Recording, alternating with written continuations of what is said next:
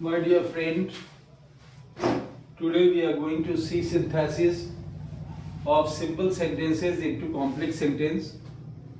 Simple वाक्यों से complex sentence कैसे बनाएं, इसको हमने पिछले वीडियोस में देखा है ऑलरेडी कि हम सिंपल से कॉम्प्लेक्स बनाने में नाउन क्लॉज का प्रयोग किस तरह से करते हैं, हमने पिछले वीडियो में देखा था। इसमें हम देखते हैं कि सिंपल से कॉम्प्लेक्स, इसमें हम एडजेक्टिव क्लॉज का प्रयोग करते हैं जिसको रिलेटिव क्लॉज भी कहते हैं। हम जानते हैं कि adjective is the word which modifies a noun. Adjective वह शब्द है जो किसी संज्ञा की विशेषता बतलाता है।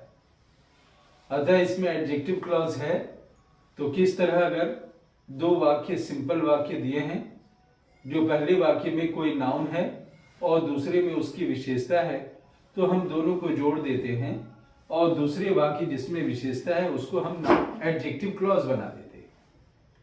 तो आइए देखते हैं किस तरह हम एडजेक्टिव क्लॉज और रिलेटिव क्लॉज का प्रयोग करते हैं। एग्जाम्पल देखें, this is a book, the book is very interesting. पहले वाक्य में है कि यह एक किताब है और किताब बहुत ही मनोरंजक है। इसको एक साथ हम बोल सकते हैं, this is the book which is very interesting. इसमें विच रिलेटिव प्रोनाउन का प्रयोग करके हमने इसको जोड़ दिया। ये विच जो है रिलेटिव प्रोनाउन कहलाता है। कुछ ऐसे शब्द हैं, विच है, दैट है, हु है, हुम है, हुस है, जो रिलेटिव प्रोनाउन कहलाते हैं। कुछ रिलेटिव एडवर्ब्स भी हैं, उनका भी प्रयोग किया जाता है और इससे हम इस नाउन को मॉडिफाई करते हैं। This is the book which is very interesting.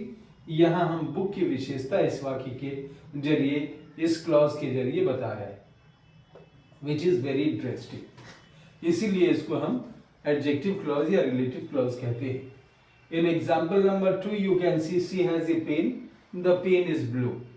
पहले में शी हैज ए पेन में पेन एक नाउन है, दूसरे में उसकी विशेषता है the pen is blue.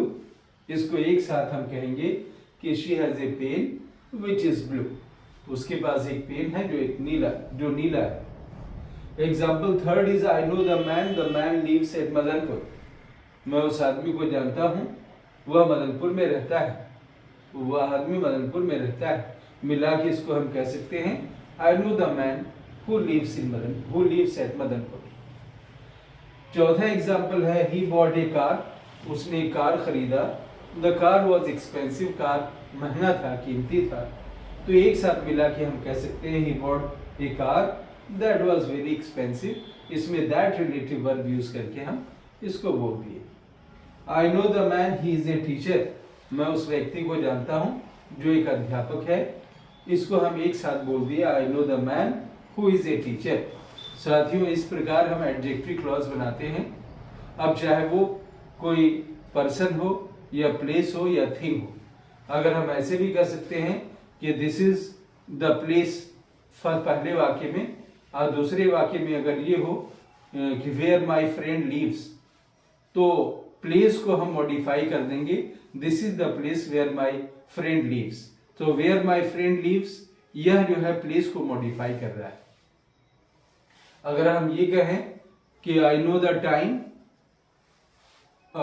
My friend comes at that time, मिला के हम बोल दिए, आई know the time when my friend comes, कि मैं उस समय को जानता हूं जब मेरा मित्र आता है।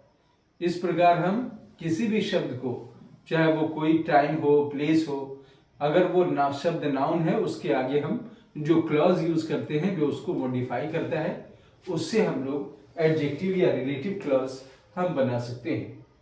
So this was very clear from these examples. I am sure you can understand. If you don't, you can write something in the comment box, and you go through the YouTube, you can find the whole full video.